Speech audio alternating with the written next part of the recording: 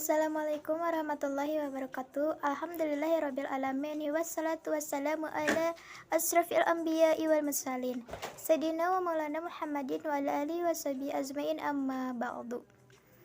Yang terhormat Bapak Kepala Sekolah SMAN 1 Jatiluhur, yang kami hormati Bapak Pembina Kerohanian SMAN 1 Jatiluhur, yang kami hormati Ibu Bapak Guru SMAN 1 Jatiluhur, yang kami hormati dan banggakan para peserta pesantren Ramadan SMAN 1 Jatiluhur. Pertama-tama, marilah kita panjatkan puji dan puji syukur atas kehadirat Allah Subhanahu wa Ta'ala, karena atas berkat rahmat dan juga karunia-Nya kita semua dapat berkumpul bersilaturahmi dalam acara Sanad Ramadan semanja tahun 2021. Meski masih diadakan secara virtual, tak lupa juga salawat serta salam semoga selalu tercurahkan pada keluarganya, para sahabatnya, dan para tabi'in, dan semoga kepada kita selaku umatnya hingga akhir zaman. Hadirin yang berbahagia, sebelum kita memulai acara pada pagi hari ini, marilah kita buka terlebih dahulu dengan mengucapkan basmalah secara bersama-sama. Bismillahirrahmanirrahim. Sebelum kita masuk pada acara inti, moderator akan mengingatkan kepada seluruh peserta bahwa walaupun kegiatan hari ini dilakukan secara daring yang bersifat tidak langsung, akan tetapi absen tetap diatur waktunya, yakni berlaku dari mulai saat ini hingga nanti, insya Allah sampai penghujung acara kurang lebih jam 11.00 WIB. Untuk itu, bagi yang belum mengisinya dihimbau agar untuk segera mengisi terlebih dahulu dan men-screenshot tampilan telah selesai mengisi absennya untuk kemudian dikirimkan kepada ketua kelas beserta bukti foto sedang menyimak dan mencatat materi serta bukti foto hasil catatan materi pada hari ini yang dikumpulkan paling telat jam 5 sore hari ini. Hadirin yang berbahagia, hari ini kita akan melanjutkan materi dari materi sebelumnya, yakni dengan judul Penumbuhan Bukti Pekerti 2, yang masih bersama pemateri Bapak Osi Muhammad Ramadan SPD. Kepadanya waktu dan tempat kami persilahkan. Bismillahirrahmanirrahim. Assalamualaikum warahmatullahi wabarakatuh. Alhamdulillah, syukru ala ni'amillah, wassalatu wassalamu ala rasulillah, amma ba'du. Alhamdulillah, para peserta Sanlat Ramadan semanja 2021 beserta para siswa dan siswi SMAN 1 Jatiluhur yang sama-sama Bapak cintai dan banggakan. Alhamdulillah, pada kesempatan hari ini kita kembali akan melanjutkan pembelajaran, atau dalam hal ini kita bersama-sama mencatat, menyimak materi yang telah disediakan oleh tim Guru Pendidikan Agama Islam dan Budi Pekerti SMAN 1 Jatiluhur. Pada pertemuan yang lalu kita telah bersama-sama mengetahui mengenai hakikat dari puasa Ramadan, yang mana hal-hal yang harus kita hindari yakni hal-hal yang berkaitan dengan minal mubtilat, dari hal yang membatalkan puasa, baik itu dari segi aspek lahir maupun aspek batin, yang mana telah kita sama-sama ketahui di dalam aspek batin ini banyak sekali kita temukan dalam media sosial. Berangkat dari hal tersebut, maka materi pada hari ini kita akan sedikit lagi membahas mengenai media sosial yang ditinjau dari generasi milenial, lebih tepatnya yakni generasi milenial yang gagal menurut Al-Quran dalam perspektif media sosial. Nah, sebelum membahas mengenai apa saja hal-hal yang menurut Al-Quran itu gagal dalam untuk usia milenial, kita akan perlahan mengurutkan terlebih dahulu apa itu milenial dan mengapa ada istilah tersebut. Nah, pertama-tama mula-mula kita harus mengetahui terlebih dahulu bahwasannya kita sekarang sedang berada dalam era revolusi industri 4.0 atau revolusi yang keempat.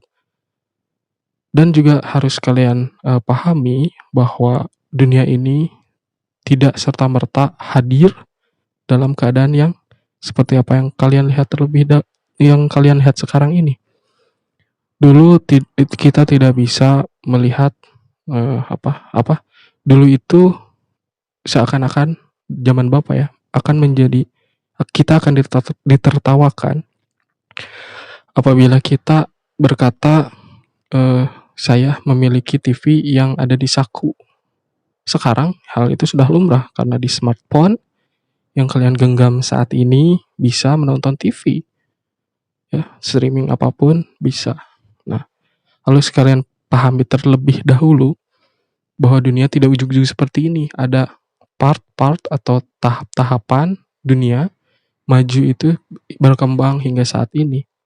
Nah, pertama, pada zaman dahulu itu apabila kalian melihat film yang awal mula dari terjadinya awal mula bibit-bibit terjadinya raja itu yang jadi dulu itu disebutkan bahwa dulu manusia yang paling kuat adalah yang maskal, yang kuat gitu ya. Orang yang menjadi pemimpin itu adalah orang yang kuat, orang berotot. Kemudian ada pergeseran makna adalah orang yang kuat, yakni orang yang memiliki uang. Dan itu bertahan hingga sekarang.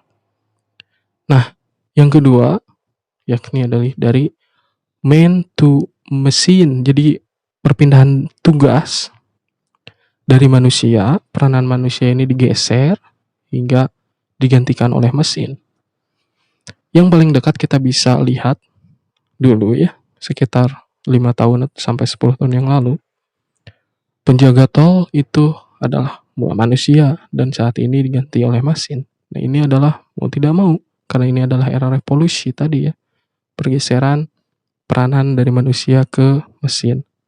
Yang ketiga atau yang kedua yang selanjutnya yakni bercorak elektrikal, yang mana dulu mesin-mesin itu bersumber atau bisa hidup mesin itu dengan minyak dengan sumber daya alam ya, minyak. Sekarang bergeser menjadi elektrikal, di mana-mana kita bisa melihat kendaraan elektrik, motor elektrik, mobil elektrik, mobil listrik, motor listrik, dan kereta pun elektrik. Nah, selanjutnya ketiga adalah bercorak komputerisasi atau computerize ya. Dan sekarang adalah bercorak big data ya. Dan itu semua era-era itu semua membawa kita kepada era disrupsi. Disrupsi apa itu? Disrupsi itu adalah era di mana jarak, waktu, dan ruang dipangkas ya, dan terjadilah yang kita kenal sebagai era dunia yang terlipat. Dimanapun, dengan siapapun kita bisa bertatap muka walaupun online, hakikatnya kita jauh namun serasa dekat, mungkin begitu ya. Kita bisa dengan mudah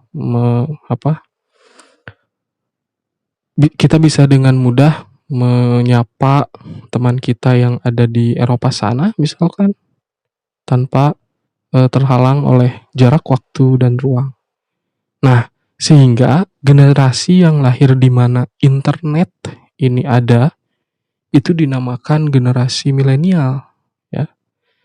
Dan sekarang dunia berkembang pada zaman yang kita kenal sebagai Internet of Things. Jadi segalanya adalah berbasis internet. Pun dengan perkembangan zaman beriring juga dengan dampak-dampak yang didapatkan. Seperti dalam sebuah penelitian yang mengatakan bahwa watak milenial ini banyak dipengaruhi oleh internet. Maka milenial mengalami satu penyakit yang disebut ADD atau Attention Deficit Disorder, atau melemahnya atau menurunnya degradasi fokus. Jadi bahasa gampangnya mah gampang gagal fokus itu ya milenial saat ini tuh. Nah, begini ya, kita tahu ya, kita mulai dari seperti penemuan search engine ya, seperti Google ya gitu, Android yang sebelumnya juga dimulai oleh Steve Jobs dengan Apple atau perangkat bisnis, piranti-piranti bisnis, ataupun sebelumnya social network seperti Facebook, WhatsApp yang digagas oleh Mark Zuckerberg, dan ada lagi Bill Gates, misalkan dengan operating sistemnya yang kita wajarkan dengan penyebutan Microsoft. Nah, oleh karena itu, yang harus ditekankan di sini adalah kita bukan lagi hanya penduduk desa gitu ya, desa apa, Jatiluhur misalkan, tapi kita ini adalah penduduk dunia, world citizenship. Jadi dimanapun itu, kapanpun itu kita bisa bertatap muka, walaupun online tentunya ya. Namun hal itu akan memangkas semua waktu, jarak, dan ruang yang kemudian disebut dengan era disrupsi. Nah, pertanyaannya tadi ya, dengan berkembangnya era tersebut maka ada penurunan degradasi. Salah satunya adalah khususnya pada generasi milenial ini seringnya terjadi gagal fokus. Generasi milenial ini kan disebut yang lahir dari tahun 95 dan ke atas. Kemudian disusul dengan generasi Z, Gen Z gitu ya, dan sebagainya. Nah, lahirlah dengan kegagalan-kegagalan tersebut, atau maaf, dengan hal-hal yang banyak sekali efek sampingnya, mungkin seperti itu ya. Maka wajar apabila disebut sebagai generasi milenial yang gagal. Dan siapa itu generasi milenial yang gagal? Atau bagaimana kita mengupayakan upaya preventif, antisipatif untuk tidak termasuk pada generasi milenial yang gagal. Siapakah itu? Langsung saja pada pembahasan di dalam Al-Quran. Gagal ini, kosakata gagal ini dalam bahasa Arab ya, berarti khoba. Dan kata khoba di dalam Al-Quran ini setidaknya sekurang-kurangnya disebut 5 kali. Mari kita bahas satu persatu. Yang pertama yakni waqad khaba man dassaha. Nah, ini dalam surat Asy-Syamsi ya. Bapak bacakan terlebih dahulu. Setelah Allah wa nafsi wa ma sawwaha, setelah Allah bersumpah dengan demi matahari ya, langit, bumi, lalu Allah bersumpah demi jiwa, demi diri kita, wa nafsi wa ma sawwaha falhama fujuraha wa taqwaha, maka kami ilhamkan jalan yang fujur, jalan yang negatif, kemudian ada pula jalan yang positif, yakni jalan yang takwa. Qad aflaha man zakkaha, beruntunglah orang yang mensucikan dirinya. Nah, ini pada intinya. Wa qad khaba man dassaha, merugilah orang yang mengotori jiwanya.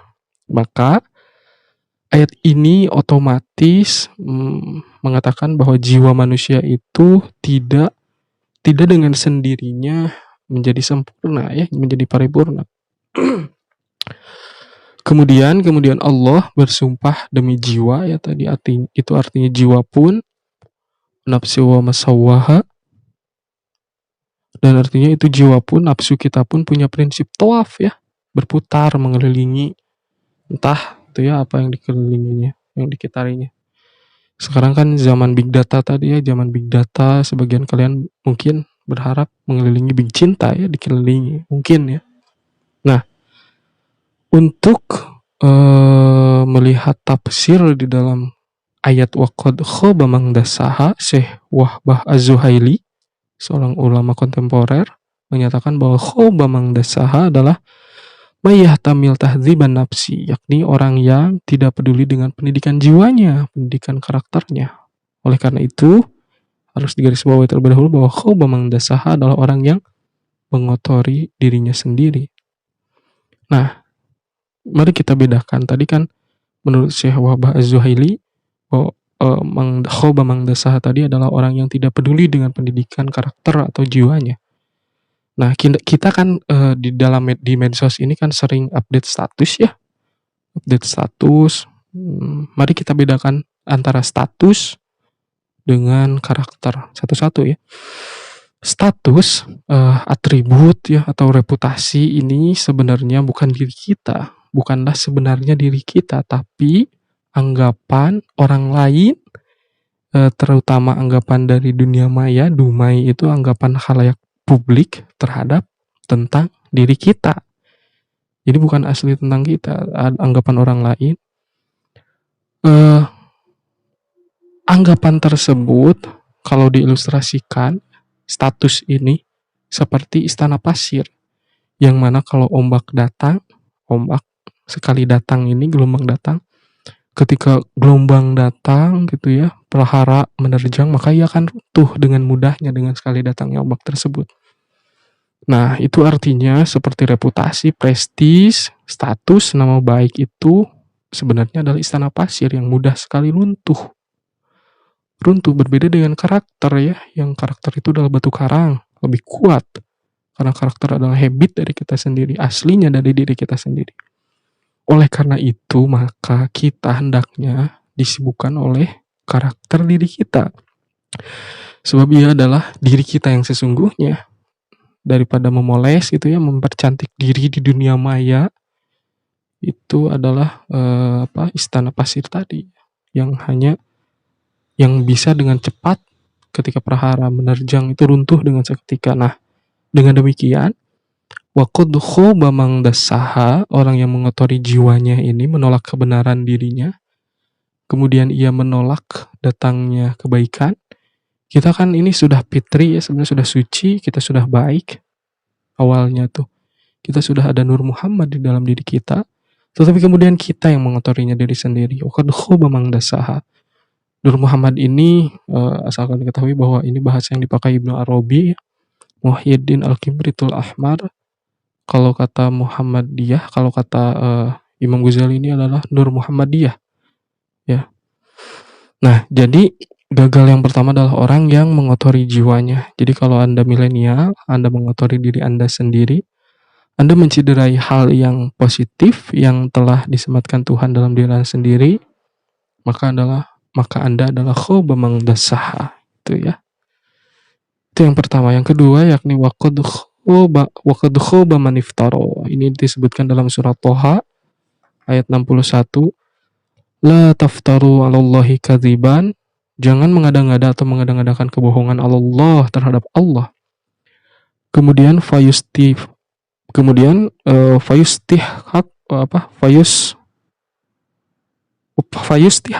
bi'adzabin. Maka nanti Allah akan menghinakan kalian semua. Waqad khaba man iftara. Nah ini. Maka merugilah, gagallah, defisitlah, terjerembablah, terlemparlah orang-orang yang maniftaro, orang-orang yang berpura-pura. Iftaro, berpura-pura. Nah, ini kan pura-pura ini adalah term yang pantas gitu ya, dipakai di medsos ya. Ini medsos banget gini gitu ya. Kalau berpura-pura ini milenial banget nih. Kan ada aplikasi seperti apa, edit wajah itu ya.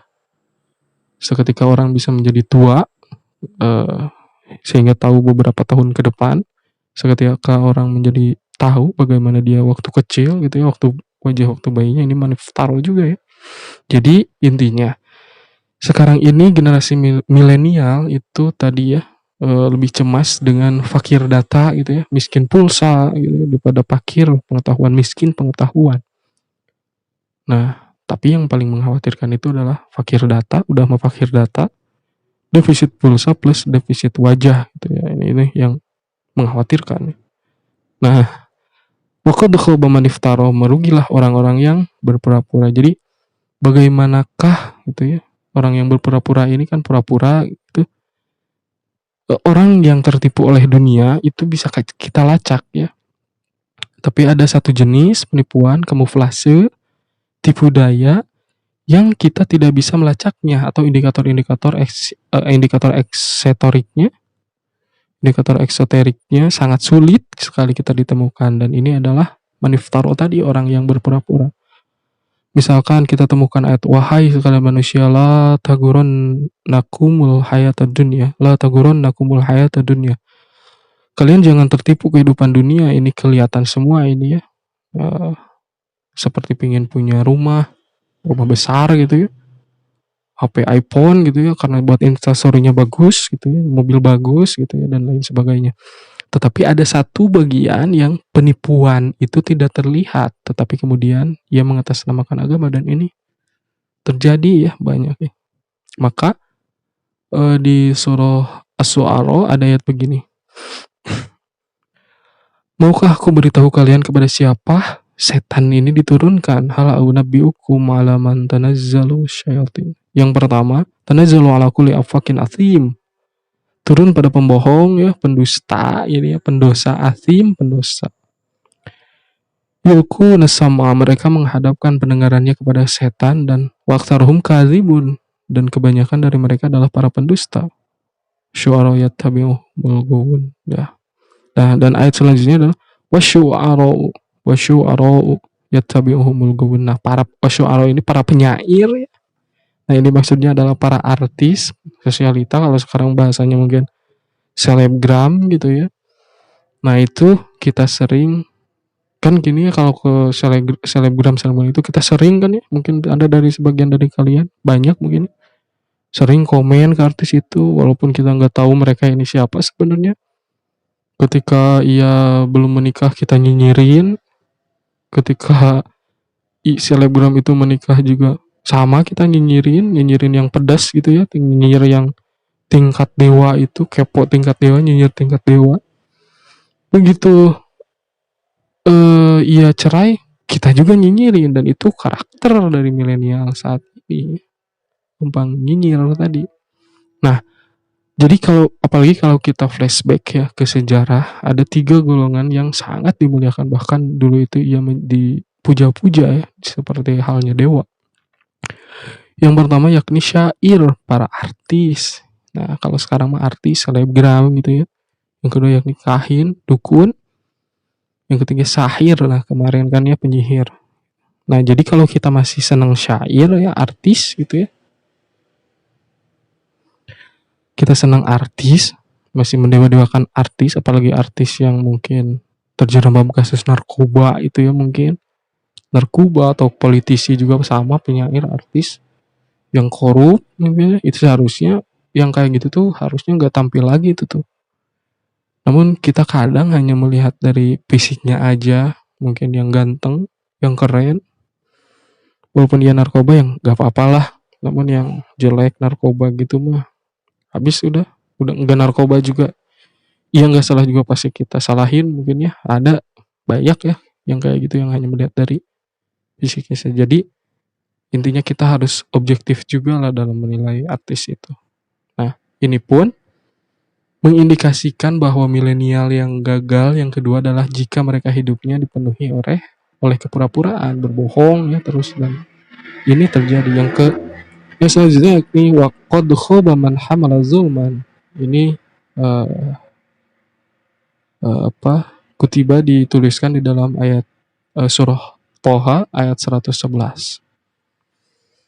Ya, maka tertunduklah wajah mereka lil hayyil qayyum, kepada zat yang maha hidup, al-qayyum, maha independen ya, mandiri tapi mengatur segala urusan makhluknya tentunya. Kemudian waqad khaba man hamala zulman, maka merugilah, gagallah, terjerembablah, kalahlah gitu ya orang yang membawa kezaliman.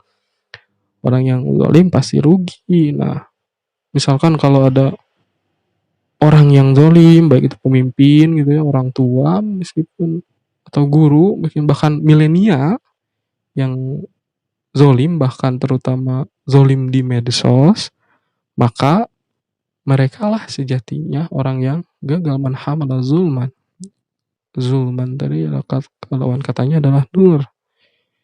Jadi orang yang zalim ini sejatinya tidak akan mendapatkan apapun kecuali defisit. Nah, defisit tadi ya, ADD, attention deficit disorder, penyakit gampang gagal fokus. Mungkin banyak dari sekarang pun yang ngajinya gagal fokus ya. Nah, sehingga kita harus menyiasati itu semua. Selanjutnya yakni tadi kan waqad khoba, sekarang wakhoba. Di dalam surat Ibrahim ayat 15, para rasul itu istaftahu, memohon kemenangan kepada Tuhan. Lalu wakhoba kullu jabbarin, maka akan binasa orang yang jabar, bengis gitu ya, sewenang-wenang, dan anid, keras kepala. Jadi ciri yang keempat adalah orang yang jabar, bengis itu ya, sewenang-wenang, keras kepala, terutama ke orang tua ya, yang di dalam hal ini coba Anda berselancar saja ya di medsos, maka Anda akan mudah mendapati orang-orang yang mencaci, merengek, meratapi gitu ya, kemudian di sana akan banyak banjir hoak gitu ya, hoax, tsunami kepalsuan, hate speech dan lain-lain. Anda akan dapat itu semua sebagai ciri dari kullu jabbarin anid, orang yang bengis, menang-menang, keras kepala, terutama dalam hal ini di medsos. Dan selain itu banyak yang sewenang-wenang gitu ya, kepada orang tua keras kepala juga, susah dikasih tahu oleh kebenaran itu. Nah, ada satu lagi ya, tapi bukan khoba, tapi disebutkan dalam bentuk fi'il madi ya. Kalau tadi kan disebutkan dalam isim fa'il ya, yakni dalam surah Ali Imran 127. Nah, ayat ini berhubungan dengan peristiwa perang Badar. Ketika itu jadi Allah menolong kalian atau kepada umat Nabi Muhammad dalam peristiwa itu, dan bala tentaranya tentunya ya, kemudian porofa minal ladzina kafaru, untuk menggagalkan para musuh Kanjeng Nabi. Orang kafir ini ya. Kafir ini kan artinya bisa banyak sekali ya, bisa zalim, aniaya, putus asa, lalu kemudian menutupi kebenaran dan sebagainya. Lalu ayat selanjutnya wayak bitahum, dan menjadikan mereka terhina. Lalu wayang kolibu khoibin. Nah, ini khoibin. Dan mereka kembali dalam keadaan gagal atau tidak mendapatkan apapun, atau hanya mendapatkan kesia-siaan dari apa yang mereka rencanakan. Oleh karena itu di Quran ada ajaran begini ya. Kalau kita memasuki satu fase di dalam kehidupan, misalkan sekolah, masuk nanti kan kalau kalian keluar bekerja, mungkin ya kuliah, bermasyarakat, kita harus mohon kepada Tuhan, Sultanan Nasiro.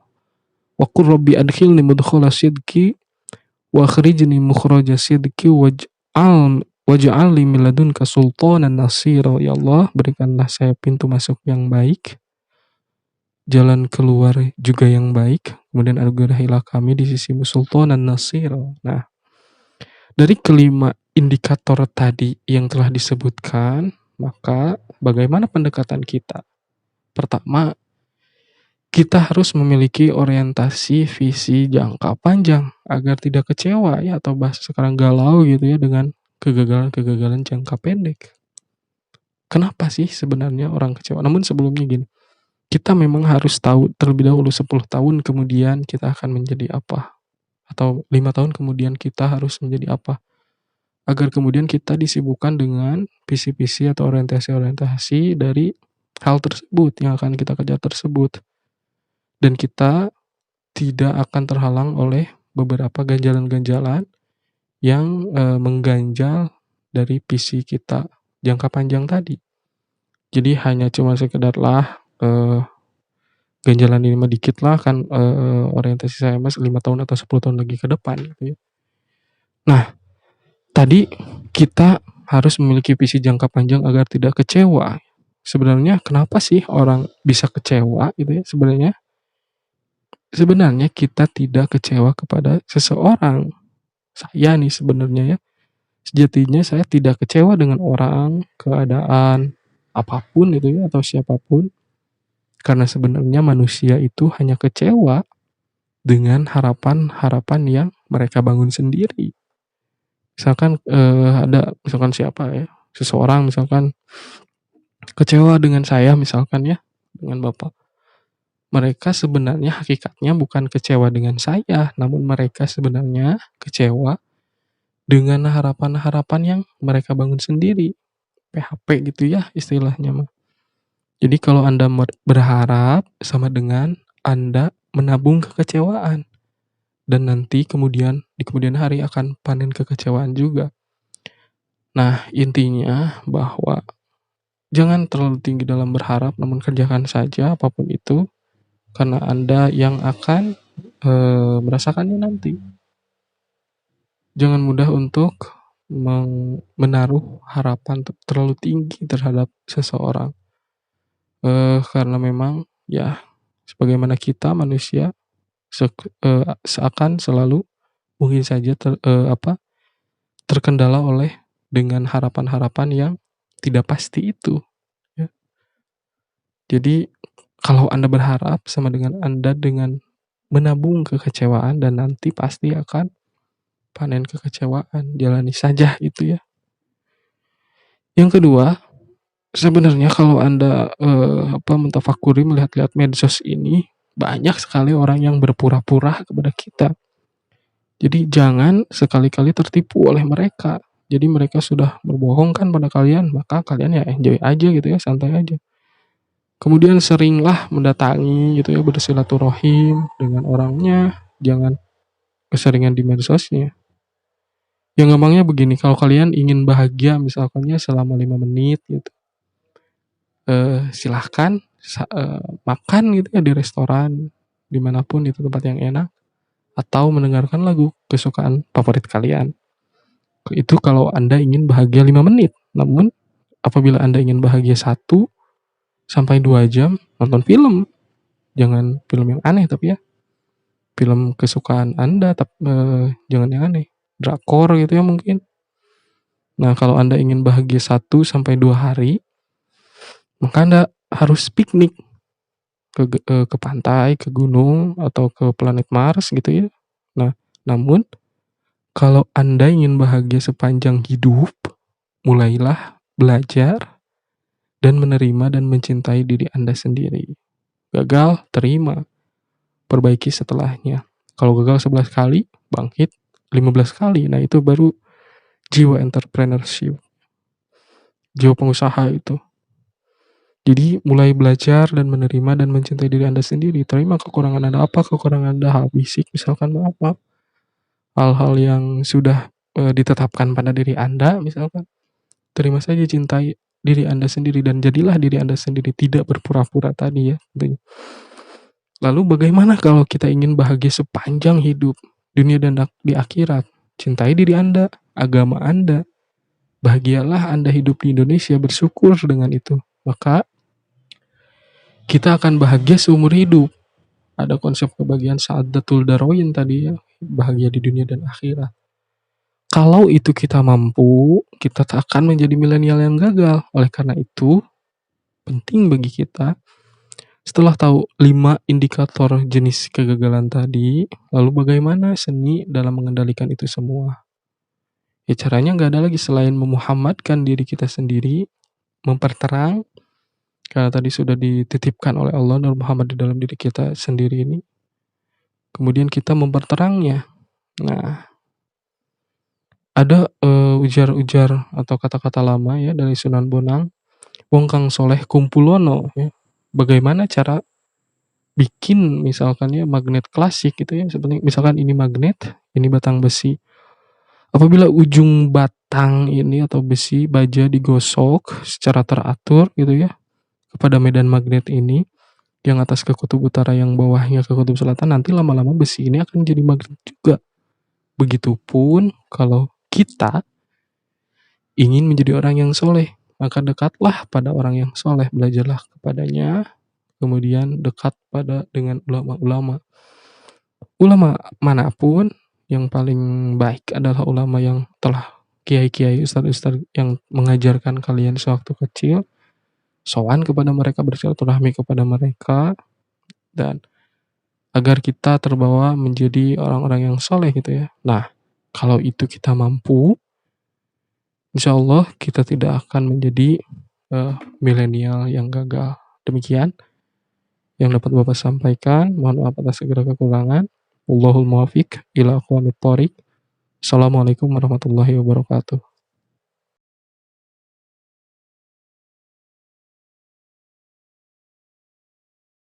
Untuk menjawab pertanyaan tentang Lailatul Qadar ini, yakni harus dipahamkan terlebih dahulu bahwasannya Rasulullah SAW, teladan kita yakni Nabi Muhammad, menganjurkan untuk melaksanakan, mempersibukkan di kita pada seluruh hari pada bulan Ramadan. Yang lebih ditekankan lagi yakni ketika 10 hari di bulan Ramadan ya, baik itu beriktikaf gitu ya, bersedekah, membaca Al-Quran, itu dianjurkan untuk lebih diketatkan dan ditingkatkan lagi artinya. Jadi Rasulullah itu mengajak kepada umatnya untuk mengharapkan daripada malam Lailatul Qadar. Mengapa? Karena inna anzalnahu fi Lailatul Qadri khairum min alfi syahrin, karena malam ini adalah lebih baik daripada 1000 bulan gitu ya. Nah, namun begitu, mengapa Lailatul Qadar ini waktunya tidak ditentukan atau tidak ada yang tahu pasti kapan intilah malam Lailatul Qadar?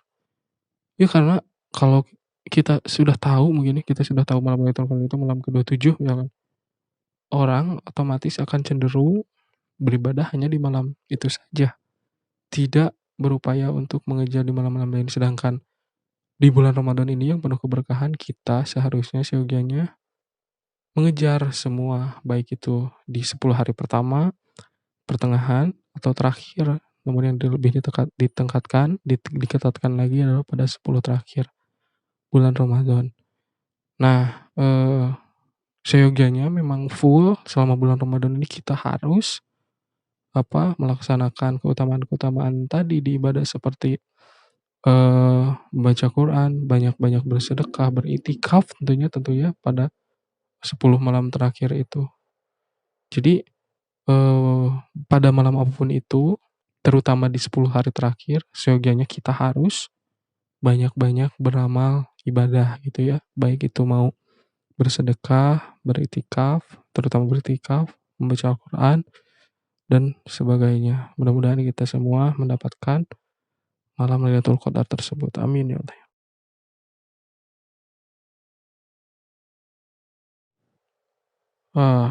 Pertanyaan yang keren sekali ini ya. Sebenarnya pertanyaan-pertanyaan seperti ini sangat akan berbau filosofis gitu ya, dialektis seperti itu ya. Karena memang jawaban-jawaban ini harus dibalikan juga kepada penanya, apa referensi-referensi atau sumber-sumber yang selama ini beliau ketahui, karena pertanyaan ini lagi-lagi sangat subjektif ya, tergantung dari bagaimana sudut pandang penanya tersebut. Namun begini, Bapak akan menjawab pertanyaan ini pada dua sudut pandang. Yang pertama yakni sudut pandang realitas. Satu, tidak ada duanya, diri kita sendiri. Tidak ada orang yang akan mewakili mungkin ya amal kita. Ya, amal kita yang kita kerjakan sendiri. Segala sebab dan akibat akan kita pertanggungjawabkan sendiri. Pun begitu dengan dua, tidak ada tiganya, ya orang tua kita sendiri, orang tua kandung dalam hal ini ya. Kalau orang tua tiri itu beda cerita, ibu dan bapak, orang tua kandung. Tidak ada bapak dan bapak, tidak ada ibu dan ibu, ayah dan ibu ya. Ada juga ayah dan ibu, hanya dua gitu ya. Nah, yang sudut pandang yang kedua, Bapak akan menjawab dalam sudut pandang teologis, yakni keagamaan.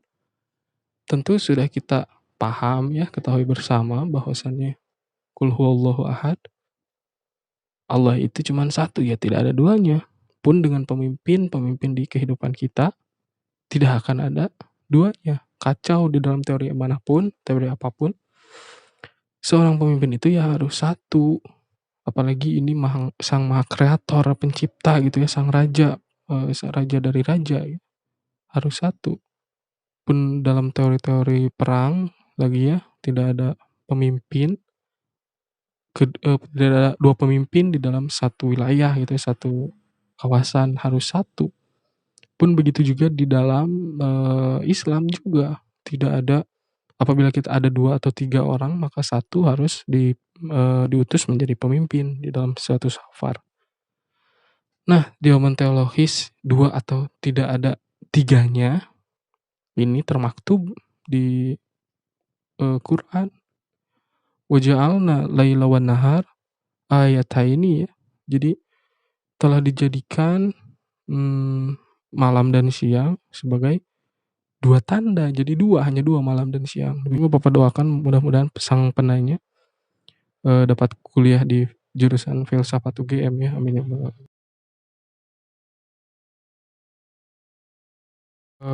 Untuk menjawab pertanyaan ketiga ini, ada requestan mengenai pembelajaran kitab gundul, kitab kuning ya, atau Qiraatul Kutub, ya mungkin ini dapat menjadi bahan pertimbangan bagi kami, guru PAI yang menyelenggarakan Sanad Ramadan insyaallah.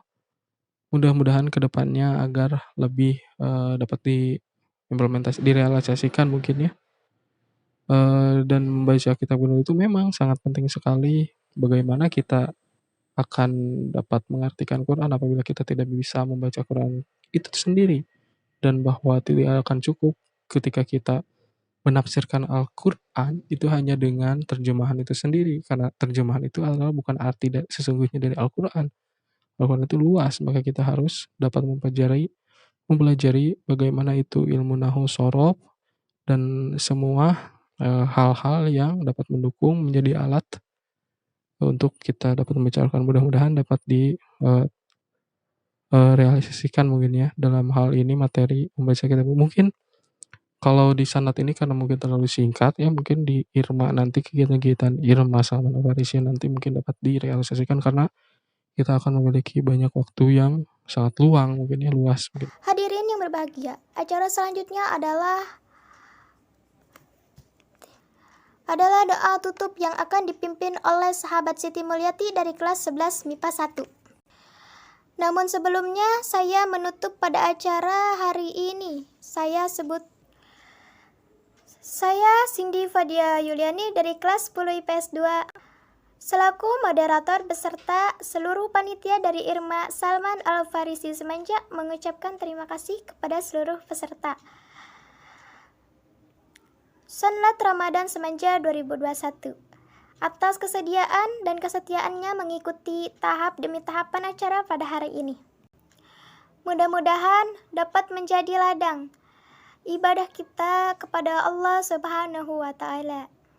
Sebab menuntut ilmu ini merupakan yang wajib kita lakukan. Terlebih kita sebagai insan pelajar adalah kewajiban kita untuk istiqomah dalam menuntut ilmu.